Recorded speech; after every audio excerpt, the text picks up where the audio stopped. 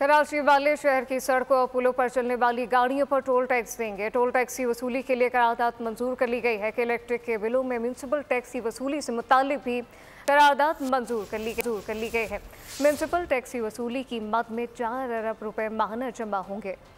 के इलेक्ट्रिक के जुल्म से परेशान सार्फिन पर मजीद बोझ डालने की तैयारी। कराची वालों को बिजली के बिल पड़ेंगे मजीद भारी। KMC इजलास में के इलेक्ट्रिक के बिलों में म्यूनिसिपल टैक्स की वसूली से मुतालिक करारदाद मंजूर। मेयर कराची मुर्तजा वहाब के मुताबिक के इलेक्ट्रिक के साथ म्यूनिसिपल टैक्स रिकवरी से मुतालिक मुआहिदा किया जाएगा। जुलाई से टैक्स वसूली की जाएगी। 100 यूनिट वालों से टैक्स नहीं लिया जाएगा, जबकि 101 से 200 यूनिट वालों से 20 रुपए, 200 से 300 यूनिट वालों से 40 रुपए टैक्स वसूल किया जाएगा। म्यूनिसिपल टैक्स की मद में 4 अरब रुपए माहाना जमा होंगे। शहर कायद की सड़कों और पुलों पर चलने वाली गाड़ियों से टोल टैक्स की वसूली की जाएगी। करारदाद मंजूर कर ली गई।